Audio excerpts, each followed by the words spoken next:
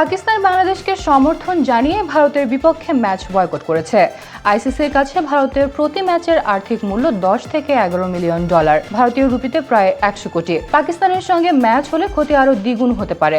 বাংলাদেশি টাকায় এই ক্ষতির পরিমাণ ছাড়াবে প্রায় 250 কোটি। এসব তথ্য জানিয়ে ক্রিকবাজ বলছে ওই ম্যাচের 2 পয়েন্ট ভারত পেয়ে যাবে। আইসিসির 16.10.7 ধারা অনুযায়ী কোনো দল ম্যাচ না খেললে তা তাদের নেট রান রেটে প্রভাব ফেলে, তবে ভারতের নেট রান রেটে কোনো প্রভাব পড়বে না।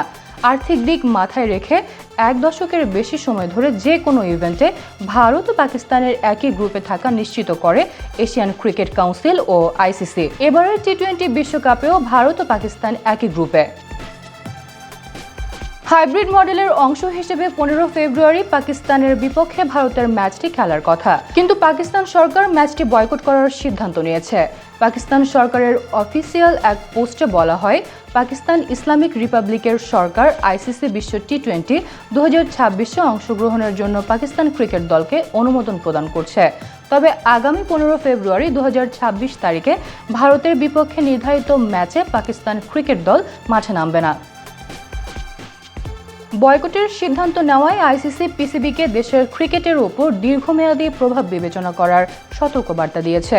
এক বিবৃতিতে ক্রিকেটের সর্বোচ্চ নিয়ন্ত্রক সংস্থা জানিয়েছে, এই সিদ্ধান্ত বৈশ্বিক ক্রিকেট বা সারা বিশ্বের সমর্থকদের কল্যাণের পক্ষে নয়।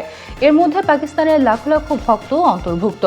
আইসিসি আশা করে পিসিবি তাদের নিজ দেশের ক্রিকেটের ওপর এর গুরুত্বপূর্ণ ও দীর্ঘমেয়াদী প্রভাব বিবেচনা করবে, কারণ এটা বৈশ্বিক ক্রিকেট ব্যবস্থার ওপর প্রভাব ফেলতে পারে। পিসিবি নিজেও এর একজন সদস্য ও সুবিধাভোগী।